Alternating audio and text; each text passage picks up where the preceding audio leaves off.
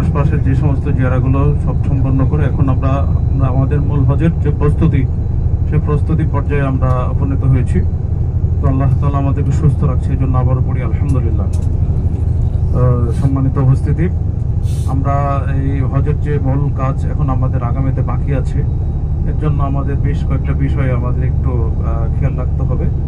বিশেষ করে আমাদের রাস্তায় চলাফেরা, গরম অ্যাভয়েড করা, এবং আমাদের যে ওই খাওয়ার বিষয়গুলো, যে আমরা যে খাচ্ছি এই খাওয়াগুলো আমরা চেষ্টা করব যে একটু লিকুইড জাতীয় পানি বেশি করে খাওয়া, অত্যধিক চাপ, এবং আমাদের যে রাস্তায় চলতে গেলে যে আপনার দেখবেন একটা ব্যবসা গরম নাকে ঢুকছে, এটা থেকে একটু যারা বয়স্ক আছেন আমরা একটু বিরত থাকবো। প্রয়োজনে জোহর নামাজ আমরা আমাদের যে এখানে ব্রিজের নিচে হচ্ছে সেখানে আমরা পড়তে পারি, অথবা আমাদের মসজিদে পড়তে পারি। সবের খুব একটা ঘাটতি নাই। আপনি সরাসরি জামাতে অ্যাটেন্ড করলে মাশাআল্লাহ যেটা বলা আছে 1.5 থেকে 2 লক্ষ আপনি এখানেও লক্ষগুণ সওয়াব পাবেন ইনশাআল্লাহ। এগুলো আমরা আমাদের বিভিন্ন অভিজ্ঞতা এবং বিভিন্ন সাহিত্যের পরামর্শের আলোকেই কথাগুলো বলবো। মানে বেশি কথা বলার ধৃষ্টতা আমাদের নাই। আমরা ইনশাআল্লাহ চেষ্টা করবো আপনাদের বিষয়গুলো জানানো। এরপরে আপনারা রাস্তায় চলতে ফিরতে যে সমস্ত কিছু মানুষের শরণাপন্ন হবেন, অনেক মানুষ আপনাদেরকে অনেক রকমের পরামর্শ দেবে, অনেক যুক্তি বুদ্ধি দেবে, এই বিষয়গুলো একটু খেয়াল রাখবেন। এগুলো সব সময় একটু আমাদের সাথে শেয়ার করবেন। এই জন্য যে ইতিমধ্যেই প্রতিবারই এরকম বিষয় ঘটে, এর মধ্যে কয়েকটা বিষয় এরকম ঘটে গেছে। আমি এই কয়েকজনের সঙ্গে কথা বলতে গিয়ে উনি আমাদেরকে কয়েকজন হজযাত্রী আমাদেরকে এই কথাগুলো বলছিল, যেটা আমি বুঝতে পারলাম যে হ্যাঁ, এগুলো কারো কাছ থেকে আপনারা এই ধরনের পরামর্শ পেয়েছেন। তো ঠিক আছে, আপনারা জানেন যে আমাদের বাঙালি আমরা যারা আছি আমাদের কিন্তু অনেক রকমের ভাবনা, অনেক রকমের মানসিকতা, এবং আমাদের কিছু মানুষ যারা আছে তারা কিছু জানুক না জানুক অনেক বিষয় অনেক কথা বলতে চায়, বোঝাতে চায়, পরামর্শ দিতে চায়। তো যাই হোক, আমি আপনাদের যেটা অনুরোধ করবো যে আপনাদেরকে কেউ হজ সংক্রান্ত বিষয়ে, যেমন হজের মাসলা মাসাইলের বিষয় থাকতে পারে, হজের সফরে নামাজ পড়ার বিষয় থাকতে পারে, হজের সফরে আমরা কোথায় কখন কি পালনীয়, করণীয়, বর্জনীয় যে বিষয়গুলো আছে সেগুলো আমরা আমরা করতে পারি। এই সমস্ত বিষয়ে অনেক কথা যদি যেটাই বলুক ঠিক আছে ভাই আলহামদুলিল্লাহ, সেগুলো কিন্তু আমরা আমাদের গাইডদের সাথে একটু শেয়ার করব। এটা আমি আপনাদের বিনীত অনুরোধ করবো আর কি।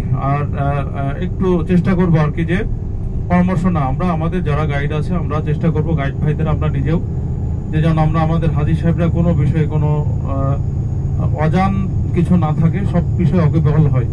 তবে বছরের পর বছর যে হজের যে বাস্তবতা, হজ পালনের যে বিভিন্ন নিয়ম কানুন, সৌদি সরকারের যে সমস্ত হজের যে তারা যে সমস্ত অ্যাপ্লাই করছে এখানে হজের মাঠে নিয়ম কানুন, সেগুলো আমাদের প্রতি বছরই নিত্য নতুন বিষয় থাকে। তো সেগুলো ইনশাল্লাহ আমরা আলোকপাত করবো, খেয়াল করবো সেক্ষেত্রে। তো যাই হোক, এগুলো আমরা করবো। আর আমরা এই যে আপনাদের যে বলেছি যে আমাদের এখান থেকে 7ই জিলহজ আমরা চাঁদ দেখা সাপেক্ষে এটা আমাদের ডেটটা হবে 7ই জিলহজ। এটা তো ঠিক থাকবেই। এখন ইংরেজি মাসের কয় তারিখ হচ্ছে, 14 না 15 তারিখ, আমরা 7ই জিলহজ। যাই হোক, ইংরেজি যে মাসে আসুক সেটা আপনারা জানতে পারবেন। ওই দিন মসজিদে হারামে একটা খুতবা হয়, ওটা শোনার পারলে চেষ্টা করবেন। আর যে শুনতেই হবে শোনা বাধ্যতামূলক সেটা না, এটা একটা বিষয়। আর 7ই জিলহজ দিবাগত রাত্রে আমাদেরকে এখান থেকে নেবে। এখান থেকে নিলে আমরা ঠিক একইভাবে আমাদের মূল হজের প্রস্তুতি, যে আমরা আমাদের হাত থেকে আমরা আমাদের যে সমস্ত কিছু প্রয়োজনীয় বিষয় সেগুলো নিব, জিনিসপত্র নিব, এনামের কাপড় পরিধান করে যেভাবে আমরা নিয়ত করেছি, বাড়িতেই এখানে নামাজ হবে, নামাজ পড়ে আমরা নিয়ত করে নেব। এখান থেকেই নিয়ত করে নিয়ে আমরা তখন বাদ এশা থেকে শুরু করে একেবারে শেষ রাত পর্যন্ত আমাদের হাজী সাহেবরা যাবে এখান থেকে। এখন এখানে মূল যে হজের আমাদের যে শুরু, সেখানে আমাদের অনেক ধৈর্য এবং পেরেশানি কিন্তু শুরু হবে। এটা একটু আমাদের জানা থাকলে হয়তো আপনারা এই বিষয়টি আরো বেশি যতটা বিব্রত হওয়া, কষ্ট পাওয়া সেটা হয়তো পাবেন না। যে আমরা আমাদের টাইম হয়তো আপনাদের দিব বাদ এশা দিলে কখন গাড়ি আসবে ঠিক নাই।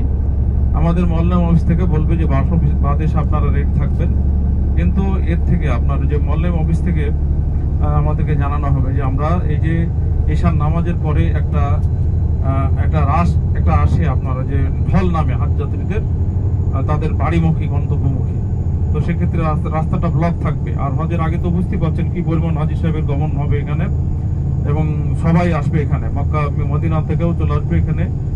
এমনি হয় মানে পুরো যত হজ সাহেবেরা হজ করবে সবাই মক্কা শরীফে চলে আসবে। তখন এই জামটা বাদেশা জ্যামটা ক্লিয়ার হতে রাত 10টা তো বটেই, 10টা 10:30 বাজে। তো বাদেশা বলতে গেলে 10টা 10:30টার আগে হয়তো গাড়ি ঢুকতে পারবে না, তারপরে গাড়ি ঢোকা শুরু করবে মল্লমের গাড়ি। আপনারা জানেন যে আমাদের যে মক্তব মল্লেম সেটা হচ্ছে মক্তবের সাবা 7 নম্বর মল্লেম। আমাদের এখন এই 2 নম্বর মক্কা মদিনা যাতায়াত করেছি 2 নম্বর 1 নম্বর গাড়ি, গাড়িটির কোন নম্বর গাড়ি গাড়ি না, এখন আমাদের গাড়ি একটাই গাড়ি সবার, সেটা হচ্ছে 7 নম্বর গাড়ি। 7 নম্বর লেখা থাকবে গাড়িতে, এটা আমাদের গাড়ি হবে।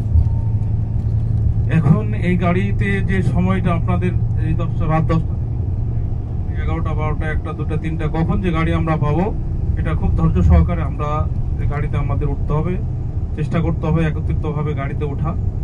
গাড়িতে ওঠাটা একটু কঠিন বিষয় হয় যে আমরা একসাথে ওঠাটা, আবার গাড়ি এলেও দেখা যায় যে ভুল করে সবাই গাড়িতে উঠতে চাই এবং গাড়িতে উঠেও যায়। দেখা যায় যে একটা গাড়ির ক্যাপাসিটি 47 সিট বা হয়তো 50 সিট উঠে গেল 60-65 জন, তখন স্বাভাবিক কিছু লোক দণ্ডায়মান থাকে। তো এটা আমাদের বাংলাদেশিদের ক্ষেত্রে হয়, কারণ আমরা আসলে গাড়িও টাইম মতন সেভাবে আমরা পাই না, আর ওঠাটাও আমাদের জন্য হয়তো মনে হয় যেন এটাই মনে হয় লাস্ট গাড়ি, আমাকে এটাই পেতে হবে, আমাকে গাড়িতে উঠে সিটও পেতে হবে, এই ধরনের একটা ব্যাপার থাকে, যার কারণে আমাদের ওই পেরেশানিটা হয়ে যায়।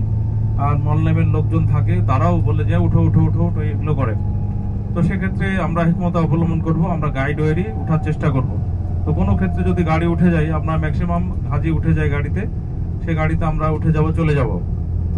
আর পরবর্তীতে যে কোনো থাকলে আমি ব্যক্তিগতভাবে বলি, আমি চেষ্টা করি একটু লাস্টের গাড়ি করা, কারণ আমি যদি হয়তো আমার 50 জন 45 জন হাজির মধ্যে 30 জনকে নিয়ে একটা গাড়িতে উঠলাম, বাকিরা উঠতে পারে নাই, তো আমি হয়তো চলে গেলাম, বাকি যে 30 জন থাকবে তারা বাই চান্স কারো কোনো প্রবলেম হলে তখন আমার প্রয়োজন দেখা দিলে তারা একটা পেরেশান দেয়। আপনাদের গাড়িতে উঠে গেলে কিন্তু আপনারা নিরাপদ, গাড়িতে উঠে গেলে মিনার তাবু আমরা নাম্বার দিব আপনাদেরকে, সেই তাবুর পাশে গিয়ে আপনারা নামবেন, আস্তে আস্তে করে ওখানে গিয়ে আপনাদের খেমা নাম্বার তাবুর নাম্বারটা আপনারা ওটা পেয়ে যাবেন, ওখানে গিয়ে আপনারা তাবুতেই করবেন। তাবুর একটা আবার বাস্তবতা আছে, সেটা আমি পরে বলছি। তো সেক্ষেত্রে আমরা সেই আপনারা কি শুনছেন আমার কথা? আচ্ছা, যদি বিরক্ত হন তাহলে বলবো না, যাক আলহামদুলিল্লাহ একটু সুযোগ পাচ্ছি এই জন্য। আর আমরা আসলে আপনার রাজশাহীর ভাইরা আমার মূলত সবাই আমার আইডির সবাই আমার ভাই আমাদের সম্মানিত হজযাত্রী। তো আপনাদের অনুরোধ করবো আর কি, যেন আমরা সবাই একত্রিত ভাবে ভালোভাবে করতে পারি। আল্লাহ তাআলার জিম্মেদারি আল্লাহ তাআলাই সব করবে, আমরা চেষ্টা করবো আপনাদের একটু সহযোগিতা করা, যখন যেটা লাগবে সেটাই করা। এক্ষেত্রে আমাদেরও আপনারা বুঝতে পারছেন, আমরা একজন একটা মানুষ, প্রত্যেকের জন্য আমাদেরও পেরেশানি কম থাকে না, কিন্তু আল্লাহ তাআলার রহমত, এখানে সবাই ভালোভাবে ইনশাআল্লাহ হজ করবে। আমরা শুধু আল্লাহর কাছে দোয়া করব, ধৈর্য এবং আমি আগে একটা কথা আপনাদের বলেছি যে যারা ধৈর্য এবং সবরে বেশি থাকবো, যারা যত ধৈর্য এবং সবরে থাকবো, আপনার যতই কষ্ট হোক, যতই কেউ আপনাকে না করুক, তা দেখবেন আল্লাহ তাআলা যদি রাজি খুশি হয়ে যায়, তাহলে দেখবেন কোনো না কোনো মাধ্যমে আপনি আপনার সফরে সবকিছু সহজ হয়ে যাবে। আল্লাহ তাআলা আপনাকে সহযোগিতা করবে।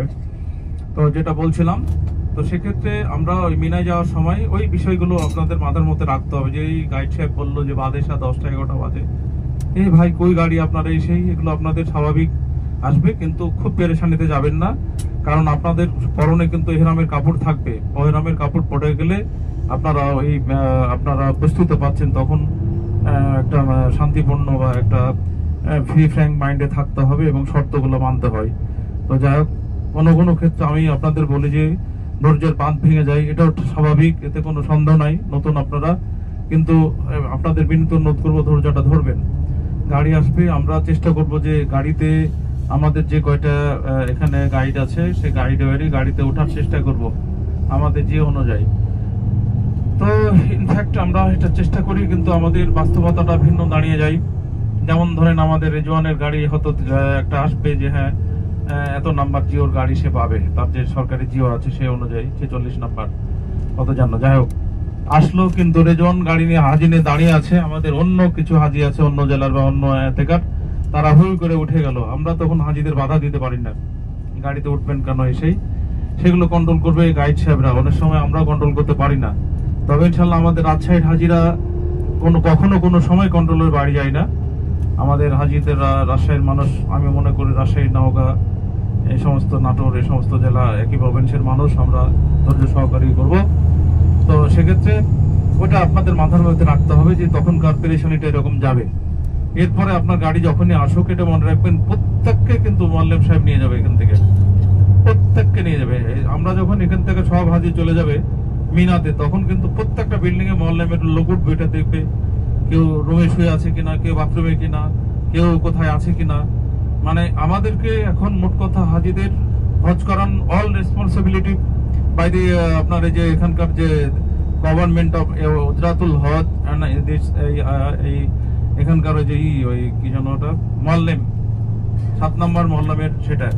কিন্তু এখন তার লোক আমাদেরকে আসে, গাড়িতে তোলে, করে, কিন্তু ইনফ্যাক্ট যেটা সবকিছু আমাদেরকেই করতে হয়।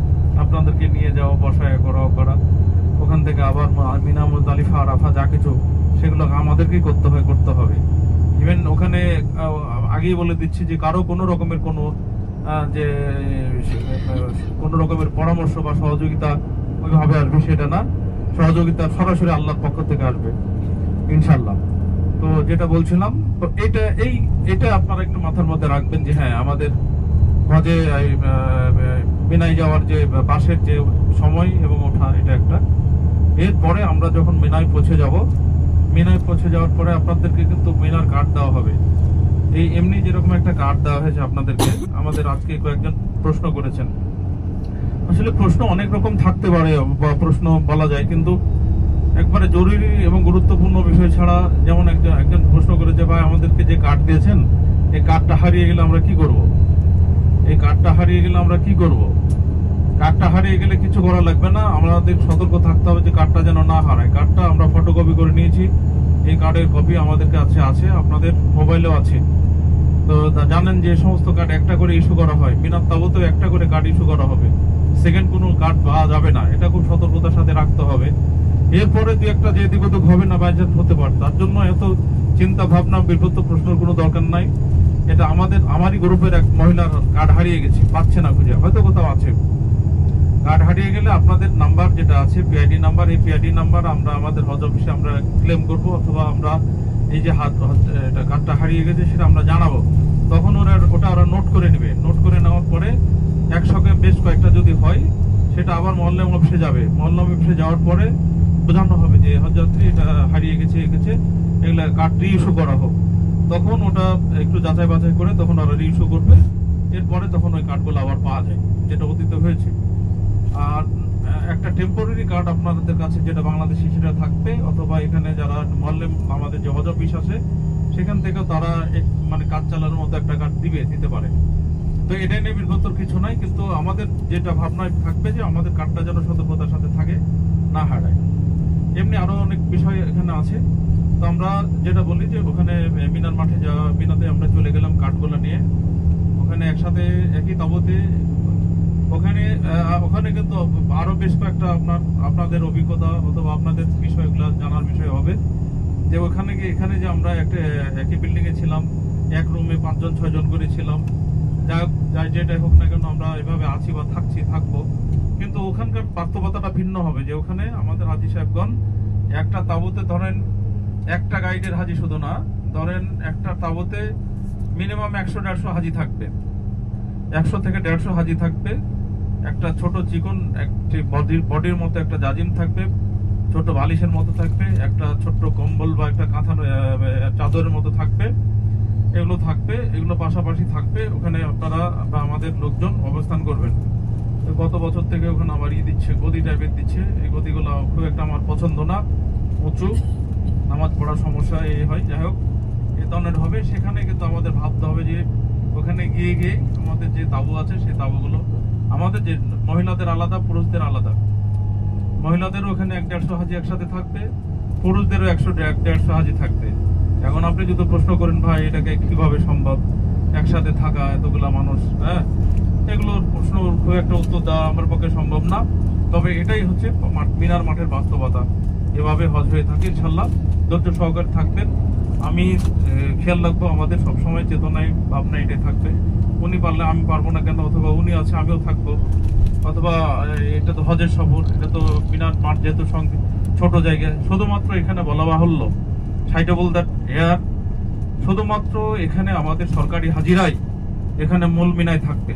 এটা আপনাদের একটা ভালো খবর, শুধুমাত্র সরকারি হাজিরাই মূল মিনায় থাকবে, যারা বেসরকারি হাজিরা তারা এক্সটেন্ড মিনায় থাকবে। এক সময় সেগুলো মুজদালিফা ছিল, এক্সটেন্ড মিনাগুলো একসময় মুজদালিফা ছিল, হাজি বেশির কারণে সেগুলোকে মিনা বানানো হয়েছে। তাহলে ইনশাল্লাহ আমরা মূল মিনায় থাকবো, যে মিনাতে থাকা সুন্নাত, কোনো কোনো ক্ষেত্রে বলা হয় এটাকে ওয়াজিবের মতো বলা হয়, অনেকে অনেক রকম বলে। যাই হোক, মিনা মূল মিনা, এখানে মিনা থেকে হজ এবং ইয়ামুল আরাফা, আরাফাতে অবস্থান, সেটাই হজ। তো এগুলো আপনারা জানবেন। এখানে মিনায় গিয়ে ইনশাল্লাহ আমরা আমাদের তাবুট যেটা, সেখানে যে থাকার জায়গা, সেখানে ইনশাল্লাহ আমরা অবস্থান করব, থাকবো। একে অপরের ভাই, কেউ কাউকে কারোর প্রতি আমরা অ্যাবিউজ করবো না, দুর্ব্যবহার করবো না। যে ভাই দেখা গেল যে আপনি শুয়ে আছেন, একটা সিট দুটা সিটকে নিয়ে শুয়ে আছেন, এটা খেয়াল রাখবেন, এই করবেন না। প্রত্যেকে জায়গা দিবেন, নিজের সুবিধা তো বুঝবেনই, অন্য সুবিধাও বোঝার চেষ্টা করবো আমরা। হজের মূল সফরে আমাদের প্রত্যেকটা বিষয়, প্রত্যেকটা এগুলো আমাদের কিন্তু খেয়াল রাখতে হবে, যে আমি কতটা বেশি করছি, কম করছি, অথবা আমাকে কেউ আমার প্রতি কেউ বেইনসাফি করছে কিনা, বা আমি কারোর প্রতি বেইনসাফি করছি কিনা, অথবা এগুলো আমরা সব সময় একটু খেয়াল রাখার চেষ্টা করবো ইনশাল্লাহ। তবে একটা কথা বলি, যে মিনাতে একটু আগে গিয়ে জায়গা একটা করে নিতে পারলে সব থেকে ভালো।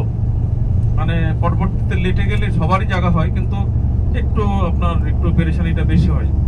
তো যাই হোক, এটা আমি মিনাতে গিয়ে ওইভাবে আমরা সারাদিন অবস্থান করব। প্রথমে ওখানে গিয়ে মিনাতে ফজরের নামাজ হতে পারে অনেকের, ইনশাল্লাহ ওগুলো তাবুতেই নামাজ হবে, মিনার নামাজ তাবুতেই হবে, মিনাতে ফজর হবে। ফজরের নামাজের পরে আপনাদের একটু ঘুম হবে, ক্লান্তি হবে, আপনারা শোবেন, ঘুমাবেন। তারপরে 8টা সাড়ে 8টার দিকে দেখবেন ওখানে ডাব্বা নাস্তা আমরা নিয়ে আসবো, আপনাদের ওখানে যেটাই থাক না কেন ওর মধ্যে। তারপরে পাশে চা থাকে, পানি থাকে। তা আমাদের একটু প্রবলেম যেটা, যে ওই চা আছে, ওই চা দেখা যাচ্ছে যে আমার যতটুকু দরকার তার অনেক বেশি নিয়ে নিলাম, নেওয়ার পরে ওই চা ফেলালাম, নিয়ে আস্তে আস্তে গায়ে পড়লো, চাদরে পড়লো, আপনার ইয়ানামের কাপড়ে পড়লো, আরেকজনকে দিলাম, ওই জায়গাটা দখল হলো। পানি, খাবার পানি থাকে, সেই পানিতে আবার ওখানে উজু করা শুরু করলাম, হাম্মাম থাকার পরও এই বিষয়গুলো হয়। এগুলো আমরা যতটা পারি নিজে পরিষ্কার থাকবো এবং অপরকে পরিষ্কার রাখার চেষ্টা করবো ইনশাল্লাহ। তো মিনাতে যেন আমরা আমাদের সবকিছু, আমাদের মিনার যে থাকাটা, এটা যেন আমরা শরীর সালামত, এবং আমরা আমাদের যে মিনার থাকার যে শরিয়া ভিত্তিক যে হুকুম, সেই হুকুম মোতাবেক থাকতে পারি, এটা আমরা ইনশাল্লাহ চেষ্টা করব। এরপরে আপনাদের বেলা হয়ে গেলে হয়তো গ্রুপ লিডার দিয়ে আমরা জামারাত দেখাতে নিয়ে যেতে পারি, যদি আবহাওয়া ভালো থাকে ইনশাল্লাহ। অর্থাৎ আবার আপনাদের খানার জন্য দুপুরে খানা, এই দুপুরে খানা মল্লেম সাহেব যাই দিবে। এই খানার জন্য আমাদেরকে খুব পেরেশানি হতে হয়। এই খানার জন্য আমাদেরকে যদি বেলা 1টায় খানা দেয়, তা আমাদেরকে 11টায় ওই দুপুরের ওই রোদ্রের মধ্যে লাইনে দাঁড়াতে হয়। তো সেক্ষেত্রে ধরেন খানা, আমরা প্রত্যেকটা গাইডই চেষ্টা করবো আপনাদেরকে খানা দেওয়া, খানা সরবরাহ করা, সেটা মল্লেমের কাছ থেকে বা সাপেক্ষে ইনশাল্লাহ। তো এটা নিয়ে একটু অসন্তোষ হয় বা একটু খারাপ হয়, ওই গাইড তো আগে খানা নিয়ে নিল, রে আপনি কি করেন মিয়া, আপনি তো দেখি আচ্ছা লোক দেখি, ওরা খায় শেষ করে দিল, আর আপনি আমার এনে দিতে পারলাম না আপনাদেরকে, এই ধরনের বিষয় হয়।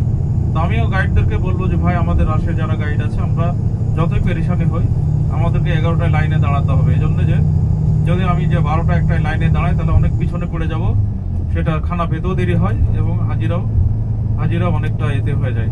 তো এক্ষেত্রে আমরা এই বিষয়গুলো বুঝবো ইনশাল্লাহ, এবং সেই অনুযায়ী আমরা খেয়াল রেখে আমরা মিনাতে অবস্থান করব। এভাবে দুপুরে খানা হবে, জোহরের নামাজ হবে। এখন নামাজ যখন আসলো, তো নামাজের বিষয়ে একটা কথা বলি। ওইখানে কিন্তু নামাজের কিছু আছে, কেউ মুসাফিরের নামাজ পড়বে, কেউ মুকিমের নামাজ পড়বে। এটা নিয়ে কোনো রকমের যেন কোনো ইখতিলাফ না হয়। আপনারা যারা মুসাফিরের পড়বেন, যারা মুকিমের পড়বেন তারা মুকিমের, কেউ 4 রাকাত পড়বেন, কেউ 2 রাকাত পড়বেন। এই 4 রাকাত 2 রাকাতের কিছু বিষয় আছে, সেগুলো আমি পরে আসছি। এমনি ভাবে জোহর যাবে ইনশাল্লাহ, তারপরে আপনারা রেস্ট করবে, আসর যাবে, আসরের মান তাবুতেই হবে। কিছু ভাই হয়তো দৌড় মেলায় এতে যাওয়ার চেষ্টা করবে, মসজিদে খাইফে যাওয়ার চেষ্টা করবেন, যে জায়গা ওইখানে গিয়ে দেখবেন যে সকাল 9টাতে গিয়ে দেখবেন যে ঢুকতে পারছেন না, এত লোক, অনেক বড় এটি হয়। তো যারা মসজিদে খাইফে যাবেন, তারা নিজ দায়িত্বে যাবেন। আমাদের অফিসিয়ালি বলা আছে হজযাত্রীগণ, হাজী সাহেবগণ মিনাতে, মিনার তাবুতে নামাজ পড়বেন। তো ইনশাল্লাহ সেটা খেয়াল রাখবেন। যদি কেউ মসজিদে খায় পেয়ে যান, তো সেক্ষেত্রে রাস্তা পথ ভালো করে চিনে যাবেন এবং নিজ দায়িত্বে আবার সময় মতো ফিরে আসবেন। তার আগে আমাদের পরামর্শ যে তাবুতে পড়বেন, গেলে নিজ দায়িত্বে যাবেন, নিজের এতে যাবেন। এটা গেল। আর 2 রাকাত 4 রাকাত নামাজের ব্যাপারে ইনশাল্লাহ যারা মুসাফির মুকিমের পড়বেন মুকিমের, যারা মুসাফিরে পড়বেন মুসাফিরে পড়বেন। এরপরে মাগরিব হবে, এশার নামাজ হবে, তারপরে বাদ এশা তখন আমাদেরকে আবার আরাফাতে নেবে। আরাফাতে যখন নেবে তখন আমরা আমাদের এবার মিনা, মুজদালিফা, আরাফাতে আমরা যে যাতায়াতের মাধ্যমটা কি হবে বলতে পারেন? ট্রেনে। হ্যাঁ, আমরা ইনশাল্লাহ ট্রেনে যাতায়াত করব। আমরা একটু আল্লাহ করি যেন আমাদের ট্রেনটা মিনা স্টেশন 2 হয়। আমাদের Mina station 2, Arafah station 2, Muzdalifah station 2 এটাই হয় সাধারণত। আমি আল্লাহর কাছে দোয়া করব, আল্লাহর কাছে সাহায্য কামনা করবো যেন মিনা স্টেশন 3 আমাদের না হয়। মিনা স্টেশন 3 হলে এটা অনেক পেরেশানির কারণ হবে। আমাদের তাবুটা শুনছি নাকি মিনা স্টেশন 3 হবে। তো যাই আল্লাহ ভরসা, যেটাই হয় করতে হবে। তো এই বিষয়, তো সেখান থেকে আমরা বাদ এশা আবার আপনাদের একত্রিত করে আমরা আবার সেই আরাফার উদ্দেশ্যে রওনা দেব। তখন আপনাদের গ্রুপ আকারে আমাদের ওখানে প্যাডেস্ট্রিয়ান যে হাঁটার রাস্তা, যেটা টিন শেড আছে একটা, দেখবেন ওই টিন শেডে অনেক হাম্মাম আছে। আচ্ছা, যখন হাম্মাম বেরিয়ে গেল তখন হাম্মামের কথাটা একটু বলে দিই আবার।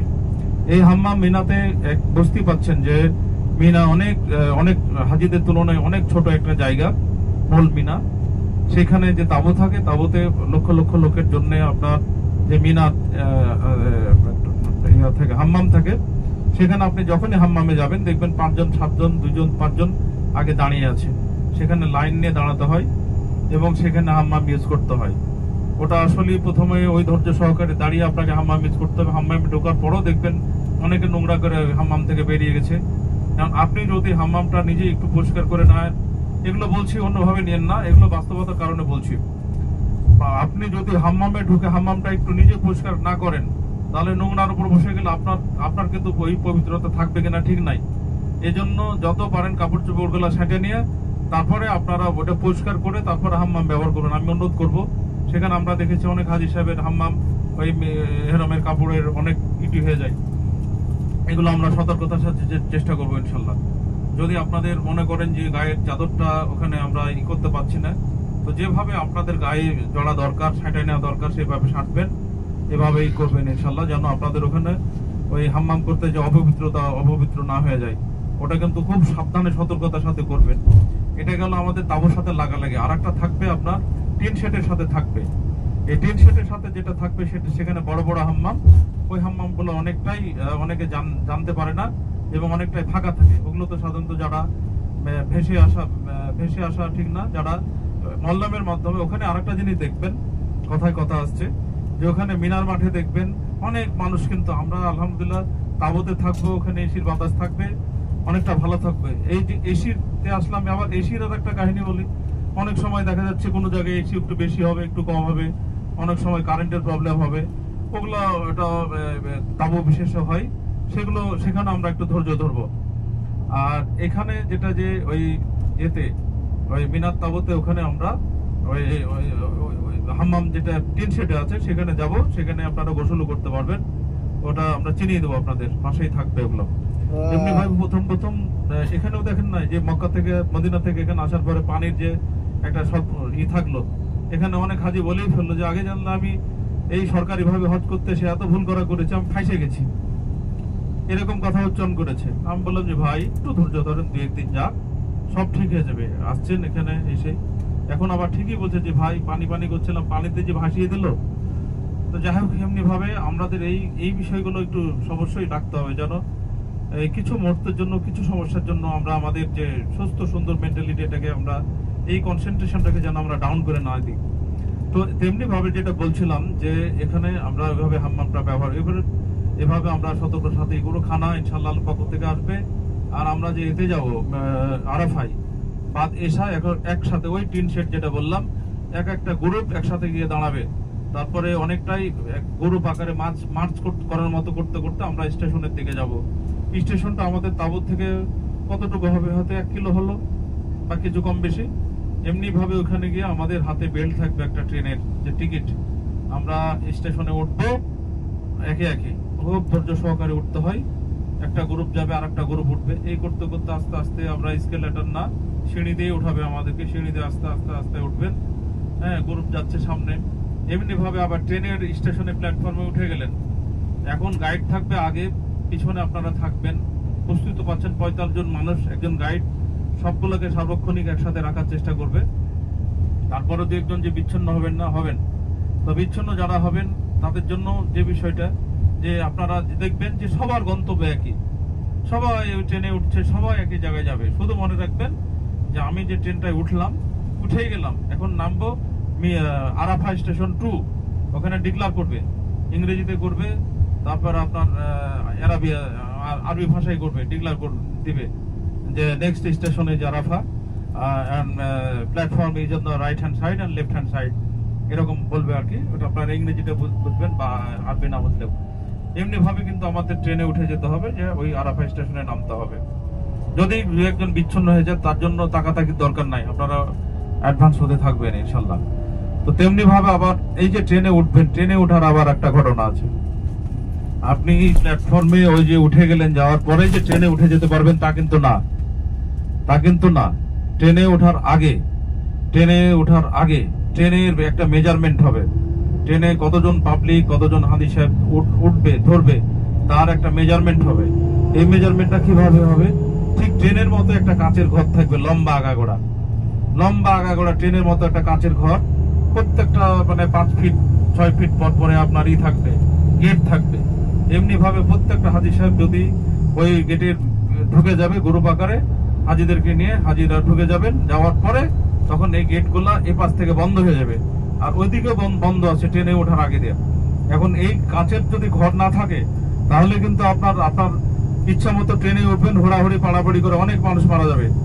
এই জন্য এরকম একটা সিস্টেম করা হয়েছে, যে আপনি উঠে যাবেন, যাওয়ার পরে এদিকের দরজা বন্ধ, ট্রেনের যে উঠবেন সেদিকেরও দরজা বন্ধ। এবার পরবর্তী যে যারা গ্রুপ তারা আপনার দিকে তাকাবে, ওই গ্লাসের ফাঁক দিয়ে তাকাবে, আপনি ওদিকে তাকাতাকি করবেন। এরপরে ট্রেন এসে দাঁড়াবে, দাঁড়ার পরে এবার যেদিকে ট্রেন সেদিকে গ্লাসের দরজাটা খুলবে। দরজাটা যখন খুলবে তখন ইনশাল্লাহ আপনারা উঠবেন।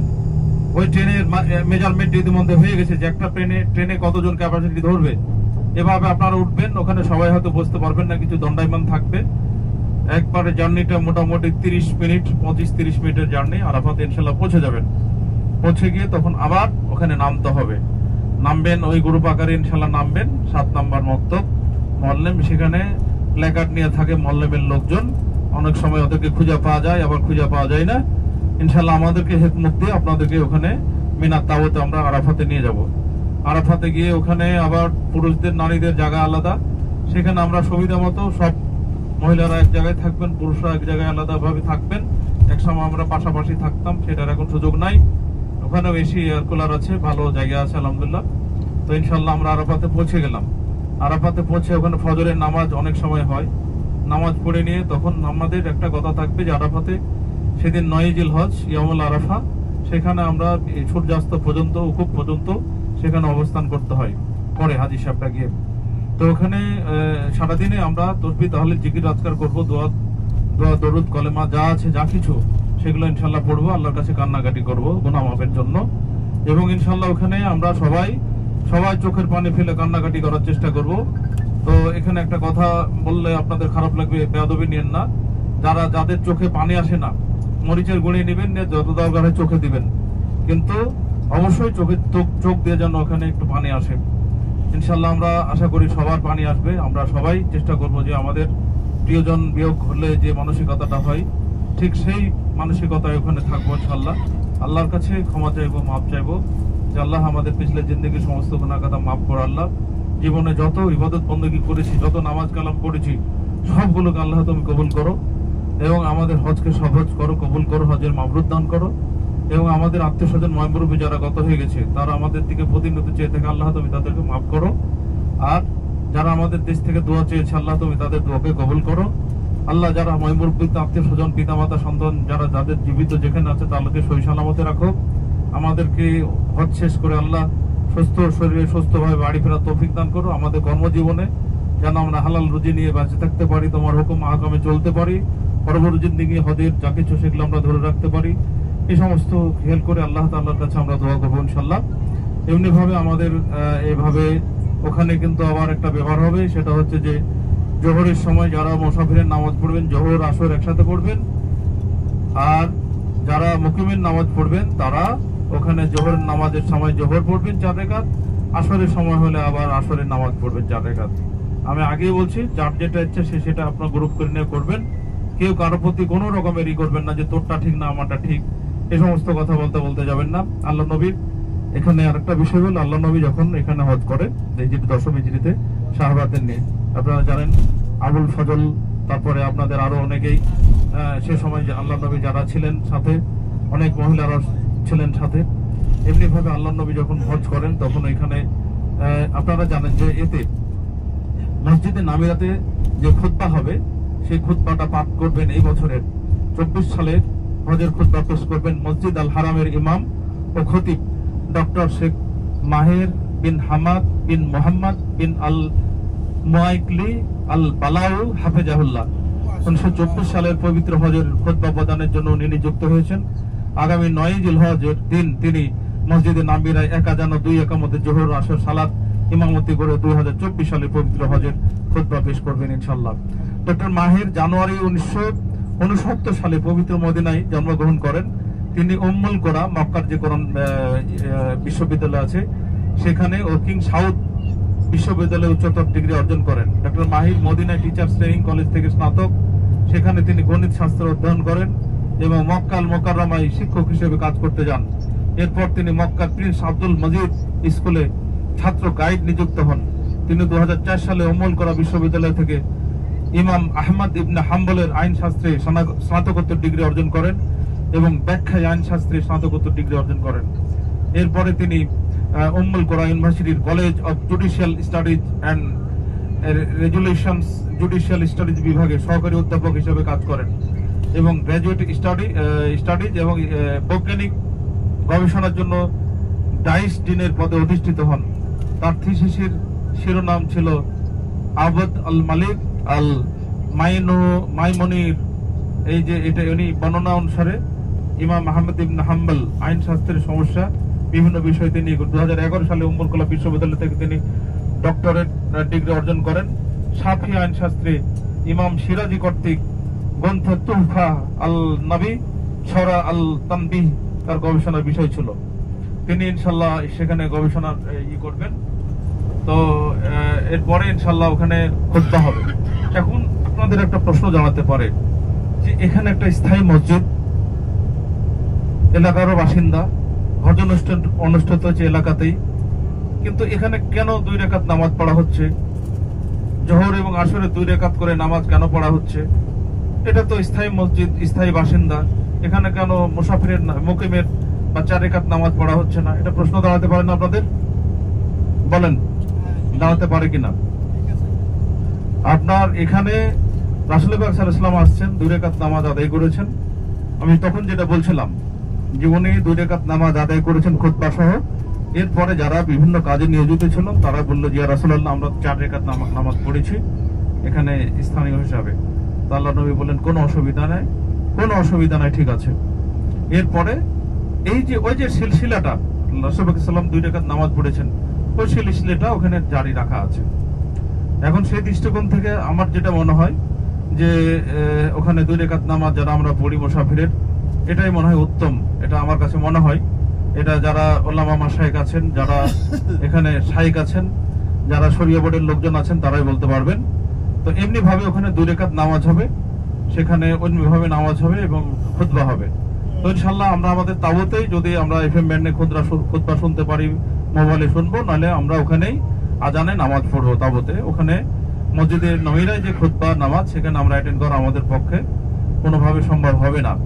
2-1 জন যদি আপনারা যেতে চান বা যাই বা যেতে যাওয়ার কথা বলেন, ঠিক একইভাবে আপনারা আপনাদের দায়িত্বে যাবেন, আপনারা সময় মতো যাবেন আবার ফিরবেন। আপনারা কারো পেরেশানির কারণ হবেন না, আপনার নিজেরও পেরেশানিতে পড়বেন না। এ হচ্ছে আমাদের ইয়াউমুল আরাফার যেই। আর ওখানে সারাদিন ইনশাআল্লাহ আপনারা আরাফাতে অবস্থান করবেন। সেখানে আমি আমার হাজিদের একদম প্রপারলি বলে দিই যে ভাই আপনারা একেবারে তাবুতে থাকবেন, ল্যাট্রিন বাথরুম ছাড়া। বাইরে বাই চান্স একটু বের হলেন শেষের দিকে, বিকালে পড়ন্ত বিকালের দিকে, যে হ্যাঁ একটু সাইডে গিয়ে গাছের নিচে গিয়ে সাইডে গিয়ে আমি আল্লাহর কাছে একটু কান্নাকাটি করবো, দোয়া করবো, এটা আপনি করবেন। তার বাইরে কোনো কিছু না। কারণ ওইখানে কিন্তু আপনারা জানেন যে রাস্তাতে অনেক রকমের গাড়ি ঘোড়া আসে, সেখানে নানান রকমের সাবিল দেয়, যে আপনার ওইখানে ফল মূল, তারপরে বিভিন্ন রকমের খাবার, ছাতা, তারপরে এগুলো দেয়। এগুলো নিয়ে একটু অনেকে পেরেশানির মধ্যে হয়ে যায়। ওগুলো আমরা আপনাদেরকে যতটা পারি পৌঁছে দেওয়ার চেষ্টা করব। আপনারা আপনাদের তাবুতে অবস্থান করবেন আর একেবারে প্রপারলি আমল আরফাটা ইনশাল্লাহ আমরা করার চেষ্টা করব। সবাইকে আমার এই অনুরোধ থাকলো। এরপরে সেখান থেকে আমরা আবার সেই কুপের পরে আবার ট্রেনে, সেখানে আবার একটু রাশ হয়। একই তাবুতে অনেক তাবু থাকে, অনেক হাজি থাকে, একসাথে যখন বের হয় তখন একটু রাশ হয়। সেটাও একটু মাথার মধ্যে রাখবো ইনশাল্লাহ, একসাথে যেন আমরা আসতে পারি। সেখানে স্টেশনে গিয়ে আমরা আবার ট্রেনে উঠবো। ট্রেনে ওঠার পরে ওখানে একটা ট্রেন যাবে আসবে, দেখবেন আপনারা এখন ট্রেন যেগুলো দেখেন, এই ট্রেন কিন্তু যাচ্ছে আসছে। ট্রেনে কোনো রকমের কোনো চালক নাই, কোনো রেলপলি চালক নাই, কোনো গার্ড নাই। এটা অটো যাচ্ছে আসছে। এটাকে কন্ট্রোলিং করা হচ্ছে মিনা স্টেশন 3 থেকে। যাচ্ছে আসছে যাচ্ছে আসছে। এখন সব রিহার্সাল চলছে যে ট্রেন লাইন বা ট্রেনগুলো কিভাবে চলছে হচ্ছে। ঠিক তেমনি ভাবে ওখানে দেখবেন যে ট্রেন যাচ্ছে আসবে, আপনার মনে হয় যে ট্রেন তো চলে গেল, কিন্তু তা না। ট্রেন দাঁড়াবে না, খালি যাবে আসবে। যেই আরাফাতে ওকুপের টাইম শেষ হবে তেমনি বাস স্টেশনে ট্রেন এসে দাঁড়িয়ে যাবে। দাঁড়িয়ে যাওয়ার পরে হয়তো ফার্স্ট ট্রেন ধরা যাবে না, দ্বিতীয় তৃতীয় ট্রেনগুলো ওগুলো আপনারা ইনশাল্লাহ আমরা ধরবো, ধরে আবার মুজদালিফা আসবো। এই মুজদালিফা ওই ট্রেন ধরা আসা, মুজদালিফাতে নামা। আসলে ট্রেনের একটা ভালো দিক আছে, একটু মন্দ দিকও আছে। আমার অ্যাসেসমেন্ট যেটা, যে আরাফাতে যাওয়াটা আপনার আরামের হয়, ট্রেনে বাসে যাওয়াটা বেশ আরামের হয়। তাবুতে পাশে বাস আসে, বাসে চলে যাই, এটা তাবুর পাশে নামিয়ে দেয়। এটা অনেকটা হাজি সাহেবদের জন্য ভালো হয়, কিন্তু ট্রেনের সময় কম লাগে, আপনি টাইম মতন জায়গা মতো পৌঁছে যান, কিন্তু ওঠা নামাটা অনেকটা পেরেশানির ভাই। এটা মাথার মধ্যে রাখতে হবে ইনশাল্লাহ। আর প্রত্যেকটা জায়গাতে সবার আপন আপন একটা হিকমত থাকবে, যে এই বুড়ে বুড়ি পারলে আমি কেন পারবো না, এই হাজি সাহেব পারলে আমি কেন পারবো না। সবার একই গন্তব্য, একই কাজ। আল্লাহ পাক তো, আমরা তো আল্লাহর মেহমান, আল্লাহ পাক আমাদের জিম্মাদারি। এটাই আমাদের সবসময় মাথায় ইনশাল্লাহ কাজ করবে, দেখবেন সহজ হবে। এরপরে আমরা আরাফাত থেকে মুজদালিফায় গিয়ে ওখানে আবার দেখেন যে 2 রাকাত নামাজের কথা যেটা বলছিলাম, ওখানে গিয়ে কিন্তু ঠিকই আবার মাগরিব এসে আবার 2 রাকাত একসাথে পড়বো আমরা। যারা ওখানে মুকিম পড়বে, মুসাফির পড়বেন, কিন্তু ওখানে গিয়ে আবার 2 রাকাত মাগরিবে এশার নামাজ আবার একসাথে একই আজানে 2 ইকামতে হয় ওখানে, এটা হয়। এজন্য এটা মিলানো যায় না। তো ভাইরা যার যেটা আপনার এতে আছে সেটা পড়বেন, কেউ কারোর প্রতি করবেন না, এটা আমার অনুরোধ। তো এমনি ভাবে ওখানে মুজদালিফায় সারা রাত্রি যাবে। ওখানে আমাদের হাম্মাম খানাগুলো একটু দূরে হবে। ওখানে বলা আছে আপনি ইবাদত বন্দেগী তো করবেন, ওখানে আপনি একটু ঘুমাবেন, ওখানে আপনি তাহাজ্জুদ নামাজ পড়েন। ফজরের নামাজ পড়ার পরে শুভে সাদিকের সময় আমরা ওখান থেকে আবার মুজদালিফার থেকে আমরা এবার কোন দিকে রওনা দেবে, মিনার দিকে। ওখানে আমাদের হাঁটারি নয়, আবার লাইন আমাদেরকে আবার একত্রিত হয়ে আবার স্টেশনে আসতে হবে। স্টেশনে এসে আবার ট্রেনে উঠতে হবে। ট্রেনে উঠে এবার সরাসরি একেবারে মিনা স্টেশনে 3 আসলে এখানে আপনারা জামারত উপরেই একেবারে একবারে টপ ফ্লোরে, সেখানে প্রায় 7 তলা 8 তলা মতো একেবারে টপ ফ্লোরে, ওখানে ট্রেন থেকে নেমে ওটা মিনা স্টেশন 3। আমরা যখন মুজদালিফার থেকে ফিরে যাব, তখন আমাদের মুজদালিফার থেকে যখন আমরা মিনায় যাব, তখন মুজদালিফার থেকে আমাদের কিন্তু মিনা না, মুজদালিফার থেকে তখন জামারাত। ভাষাটা এরকম হবে আমাদের সবার কাছে, যে মিনা পার হয়ে আমরা জামারাতে পাথর মারবো। প্রথম দিনে বড় জামারাতে পাথর মারবো 7টা, এবং আমরা মুজদালিফাতে আমরা যে পাথরটা আমরা সংগ্রহ করব, সেই পাথরগুলো হচ্ছে আমাদের 21, 21, 42 আর সাথে 49। প্রথম দিনে 7টা বড় জামারাতে, দ্বিতীয় দিনে 3টা জামারাতে, ছোট বড় 3টাতে 3 7 21টা, আবার তার পরের দিন 21টা, 21, 21, 42 আর প্রথম 7টা 49টা। এর জন্য আমাকে প্রশ্ন করে যে ভাই ওখান থেকে কয়টা পাথর নিতে হবে। আপনি 49টা পাথর মারতে হবে বলে 49টাই নেবেন তা কিন্তু না। আপনারা আমরা একটু বেশি করে পাথরটা নিয়ে নেব। অনেকের পাথর থাকে না, অনেকের হারিয়ে যায়, পড়ে যায়, অনেকে মারতে গিয়ে আবার মিস হয়। এই জন্য আমরা পাথর একটু বেশি করে নিয়ে নেব। বলা হচ্ছে যে গড়ে ৭০টা করে পাথর নেবেন।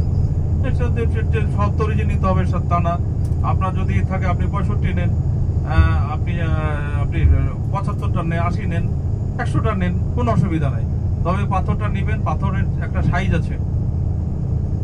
আছে, সেই সাইজটা আমরা বলে দেবো, আপনারা দেখবেন। এই পাথরটা, অনেকে পাথরের ব্যাগ নিয়েছেন, ব্যাগ আছে। এই ব্যাগটা আমি আমার ব্যক্তিগত যেটাই, এই ব্যাগ খুব একটা সুবিধাজনক মনে করি না। আপনারা দেখবেন ছোট সাইজের এখন বোতল পাওয়া যায় বিভিন্ন জায়গাতে। এই বোতলটাতে পাথরগুলো নিয়ে নেবেন। পাথরটা নেওয়ার পরে ওই বোতলে একটু পানি আছে, পানি দিয়ে দিবেন। দেওয়ার পরে একটু নিংড়ে ওই পানি, বোতলের যে পাথরের যে ময়লাগুলো সেগুলো ফেলে দিতে পারেন। এগুলো আমি একটু যেটা বলছি আর কি, সেটা আপনারা আপনাদের মতো করে নেবেন, সেটা ব্যাপার না। এমনি ভাবে ওখানে পাথর নিয়ে আমরা যেদিন ওই মুজদালিফা থেকে আসবো, সেই দিন 10ই জিলহজ, কিন্তু কোরবানির দিন। সেটা যেমন 9 জিল হচ্ছে হজ, আর 10ই জিল হচ্ছে কোরবানি। কোরবানি মানে ওটা আপনার দামে শকর। তো এমনি ভাবে আমরা আসবো, আসার পরে ওই টপ ফ্লোরে আমরা পাথরটা মেরে নেব। এবার পাথর মারার পরে, পাথর ইনশাল্লাহ সবাই মারবেন, সেখানে কিছু গ্রুপ হতে পারে। তো সেখানে আমরা কি করি, আমরা মোবাইলে একটু যোগাযোগ হয়, এবং যদি কেউ পিছনে থাকে সেক্ষেত্রে আমরা বলি যে জামারাতে পাথর মারার পরে সামনে নামার বা যাওয়ার যে জায়গাটা, সেখানে আমরা একটু ধীরে ধীরে আগাবো বা মাঝে মাঝে দাঁড়াবো একত্রিত হওয়ার জন্য। তখন সেখানে আবার অনেকে একত্রিত হয়ে যান। আবার কেউ অ্যাডভান্স হলে সেখানে থাকবেন। এভাবে যেভাবে আমরা এতে ওই মারওয়াতে একত্রিত হয়, ঠিক অমনি ভাবে চেষ্টা করবো একত্রিত হলে মনোবলটা ভালো থাকে, সবাই একসাথে এটি করতে পারে। তো যাই হোক, এমনি ভাবে আমরা জামারাতে চলে আসলো, আসার পরে আমরা এতে চলে আসবো। তো যাই হোক, এমনি ভাবে আমাদের এই সফর হবে। পরবর্তীতে আপনাদের সাথে আবার কথা হবে। ধন্যবাদ সবাইকে শোনার জন্য, আমার জন্য দোয়া করবেন। ওয়া মা তৌফিক ইল্লা বিল্লাহ। আসসালামু আলাইকুম ওয়া রাহমাতুল্লাহ।